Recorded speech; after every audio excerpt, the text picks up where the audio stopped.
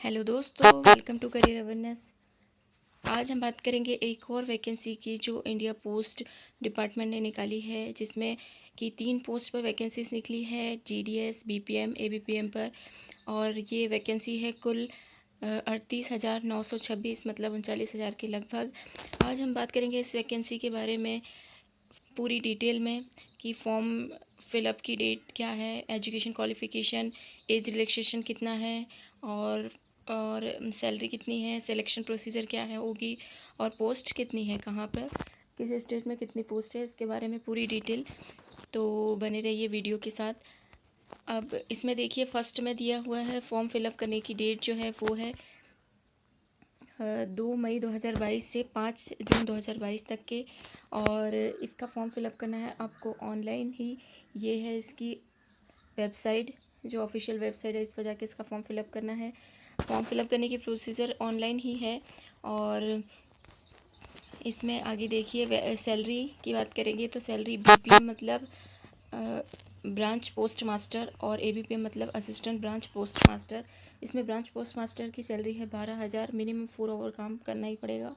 और एबीपीएम की है 10,000, और डाक सेवक की भी है 10,000। और इसके अलावा जो अदर अलाउंसेस मिलते हैं वो इसके अकॉर्डिंग, जो इंडिया पोस्ट ये इसमें ये है इसकी वेबसाइट, इसके थ्रू पता चल जाएगा आपको। इसके अलावा इसमें एलिजिबिलिटी एज जो है वो है मिनिमम 18 ईयर। इसमें ये है एज 18 ईयर, और 40 ईयर मैक्सिमम एज है। इसके बाद रिलैक्सेशन जो है वो है SC ST को 5 ईयर का रिलैक्सेशन है। और अदर बैकवर्ड क्लास ओबीसी को 3 ईयर्स का, इकोनॉमिक वीकर सेक्शन EWS को कोई रिलैक्सेशन नहीं है। Person with disability PWD candidate को 10 साल का है। और PWD विथ OBC को है 13 ईयर का, PWD विथ ST SC को है 15 ईयर का रिलैक्सेशन। इसके बाद नेक्स्ट देखते हैं बीपीएम एबीपीएम के लिए। ये बीपीएम एबीपीएम और डाक सेवक के लिए डिसेबिलिटी कैटेगरी के लिए जो लोग हैं वो भी फॉर्म फिलअप कर सकते हैं। एजुकेशन क्वालिफिकेशन मांगा है secondary school examination pass certificate 10th having pass in maths of English and English. ये है एजुकेशन क्वालिफिकेशन में केवल 10th पास चाहिए, और 10th पास में भी मैथ्स और इंग्लिश के साथ में ये मैंडेटरी है, मतलब कंपलसरी है ना। 10th इंग्लिश और मैथ्स के साथ कंपलसरी है। Compulsory knowledge of local language, आप जिस भी स्टेट से फॉर्म भरेंगे वहाँ की लोकल लैंग्वेज आपको आनी चाहिए। ये है लोकल लैंग्वेज के लिए, इसमें लिखा है साफ साफ कि लोकल लैंग्वेज आनी चाहिए। उसके बाद थर्ड है, आपको साइकिल और या फिर मोटरसाइकिल चलाते आनी चाहिए। ये देखिए, साइकिल और स्कूटर एंड मोटरसाइकिल ये चलाते आनी चाहिए, ये भी पूछा गया है इसमें। इसके बाद में हम बात करेंगे आगे। इसके बाद में जहाँ जहाँ ब्रांच है इंडिया पोस्ट की, वहाँ के बारे में दिया हुआ है, लोकेशन, उसका साइज़, और ये स्ट्रक्चर, पावर सप्लाई, ये सब पोस्ट ऑफिस के बारे में दिया हुआ है। तो ये सब चीज़ें आपके काम की नहीं है। इसके बाद में ये है इम्पोर्टेंट, ST SC OBC और EWS और डिसेबिलिटी वाले जो दिव्यांगजन हैं, इनको सर्टिफिकेट दिखाना होगा, इसलिए सर्टिफिकेट बनाना ज़रूरी है। इसके बाद method of submission of application and fees इसकी है 100 रुपीज़ फ़ीस है। और ये 100 रुपीज़ फ़ीस है इसमें। और ST SC PWD कैंडिडेट को, फीमेल और ST SC PWD कैंडिडेट को फ़ीस नहीं लगेगी, फ्री हैंड के लिए। इसमें अप्लाई करने के लिए candidate who desire to apply online will have to register himself herself in portal through. इसमें आपको रजिस्ट्रेशन करने का पड़ेगा इस वेबसाइट पर जाके, और आपकी बेसिक डिटेल्स भरनी पड़ेगी, है ना। और ये सारी चीज़ें इसमें लगेगी, जो जो ये यहाँ पे है, ये सारी चीज़ें इसमें लगेगी। नेम कैपिटल लेटर पर, father name, mobile number, email ID, date of birth, gender, community, PWD का सर्टिफिकेट, और state in with 10th class pass, जहाँ से भी आपने 10th क्लास पास की, language study, year of passing 10th, scanned photograph और signature.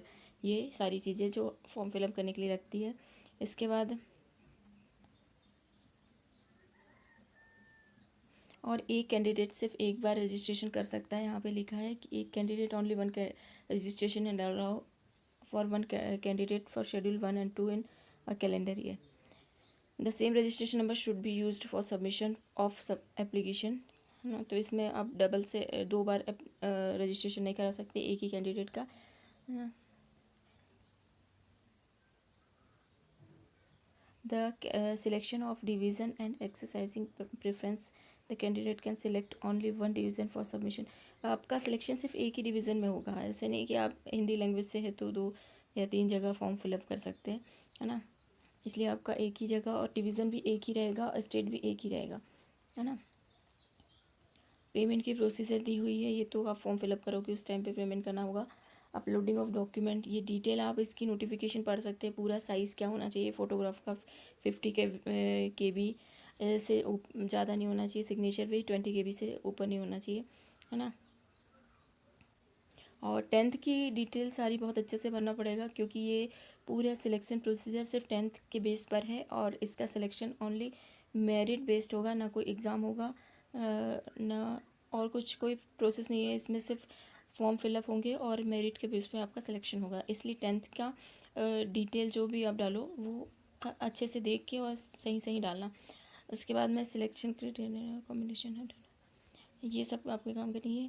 इसके बाद में ये है सिलेक्शन प्रोसीजर। सिलेक्शन प्रोसीजर में साफ साफ लिखा है, selection will be made as per system generate merit list, मतलब मेरिट लिस्ट के आधार पर आपका सिलेक्शन होगा। इसलिए आप 10th का पूरा सब डेटा एकदम सही डालिएगा। Notice for document verification will be sent only to the most suitable candidate, मतलब उन्हीं को जाएगा, मतलब डॉक्यूमेंट वेरिफिकेशन का नोटिस जो एकदम सूटेबल हो, जो जिनके मार्क्स अच्छे हो, परसेंट अच्छे हो, उनको।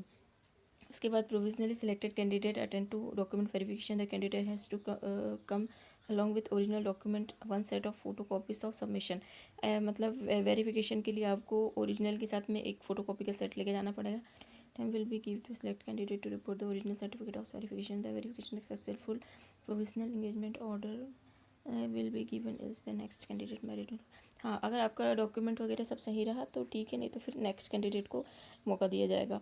और इसकी डिटेल आपके पास में वेरिफिकेशन की डिटेल SMS के थ्रू आएगी, इसलिए मोबाइल नंबर भी एकदम सही डालना और ईमेल एड्रेस भी सही डालना। यदि SMS के थ्रू आपको नहीं वो नोटिस मतलब भेज पाते हैं आपको डॉक्यूमेंट वेरिफिकेशन के लिए, तो वो ईमेल पे भेजेंगे। ये सेकंड पॉइंट में यही लिखा है कि आप अपना फोर्थ पॉइंट में यही लिखा है कि आप अपना मतलब मोबाइल नंबर और ईमेल एड्रेस सही से डालें, क्योंकि ये आपको वहीं पे पता चलेगा कि आपको डॉक्यूमेंट वेरिफिकेशन के लिए कब जाना है। ये ग्रेडिंग सिस्टम दिया हुआ है, ये ग्रेडिंग सिस्टम है जिसमें आपके मार्क्स का ग्रेड निकाला जाएगा, जितने मतलब 10th में जो मार्क्स है उसका। और उसके बाद में ये सारी डिटेल है जो आप फॉर्म फिलअप करने से पहले एक बार पूरी डिटेल अच्छे से पढ़ लीजिएगा। इम्पोर्टेंट इंस्ट्रक्शन पढ़ना बहुत ज़रूरी है ना। तो ये सब आप इसका फुल नोटिफिकेशन निकाल के पढ़ लीजिएगा। ये डिक्लेरेशन फॉर्म है शायद से, ग्रामीण राष्ट्रीय for vacancy position for,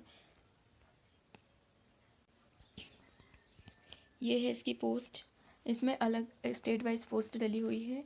Andhra Pradesh, Assam, Bihar, Chhattisgarh, Delhi, Gujarat, Haryana, Himachal Pradesh, Jammu Kashmir, Jharkhand, Karnataka, Kerala, Madhya Pradesh, Maharashtra, north eastern, Orissa, Punjab, Rajasthan, Tamil Nadu, Telangana, Uttar Pradesh, Uttarakhand, waste Bengal, ये इतनी जगह पे आई है ये वैकेंसीज़।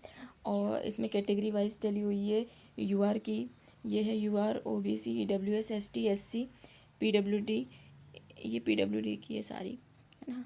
और ये इसमें कितनी कितनी है, यूआर की है 17,198, OBC की 7,369, फिर ST SC की है 3,867 और 5,573, और EWS की 3,843, है ना। और फिर ये PWD कैंडिडेट की सारी पोस्ट है। ये आप पूरा इसका भी मैं लिंक डिस्क्रिप्शन बॉक्स में डाल दूँगी, आप पूरी पोस्ट देख सकते हैं आपके स्टेट वाइज कितनी कितनी निकली है ना। और बाकी फुल नोटिफिकेशन के लिए भी मैं नीचे डिस्क्रिप्शन बॉक्स में लिंक डाल दूँगी, या फिर आप इसकी ऑफिशियल वेबसाइट पर जाकर भी देख सकते हैं। Thank you so much.